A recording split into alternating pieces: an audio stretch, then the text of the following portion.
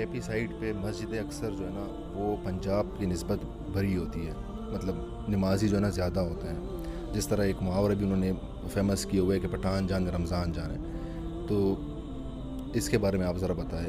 پٹھانوں کے کلچر میں ہے نا جی داڑھی بھی جی اور نماز بھی اور معذرت کے ساتھ رزق حرام بھی.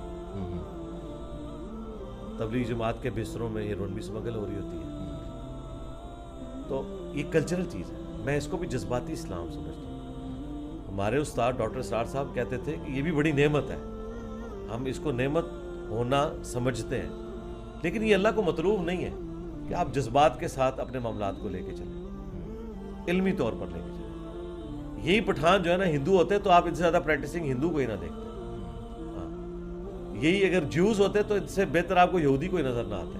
وہ ان کی اپنی نیچر ہے. تو وہ جذبات کے ساتھ ایک معاملات چل رہے ہیں. باقی میں آپ کو بتاؤں وقت کے ساتھ ساتھ یہ چیزیں اب دوسری طرف پیراڈائم شفٹ ہو رہا ہے. آپ اسلام آباد میں آئیں، آپ کو اسلام آباد کی مساجد کے اندر جو ریشو پروپورشن ہے وہ زیادہ نظر آئے گا، اس اعتبار سے کہ اگر مسجد میں 500 نمازی ہے نا تو اس میں 450 نوجوان ہوگا.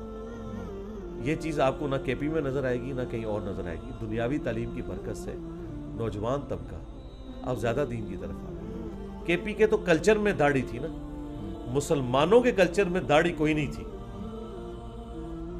جب سے یہ دنیاوی تعلیم آئی ہے تو شکر ہے انہیں ہوش آیا، اور آپ دیکھ رہے ہیں کہ آج آپ کو نوجوان داڑھی والے نظر آتے ہیں، ورنہ پہلے نوجوان داڑھی رکھتے ہوئے ڈرتے تھے.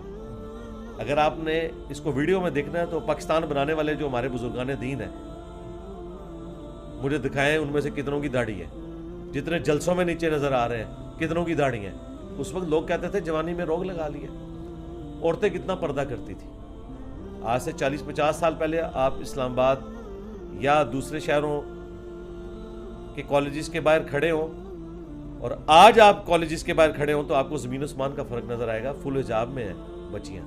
دنیاوی تعلیم کی برکت سے ریلیجن کا کلچر امپروو ہوا ہے، میں سمجھتا ہوں.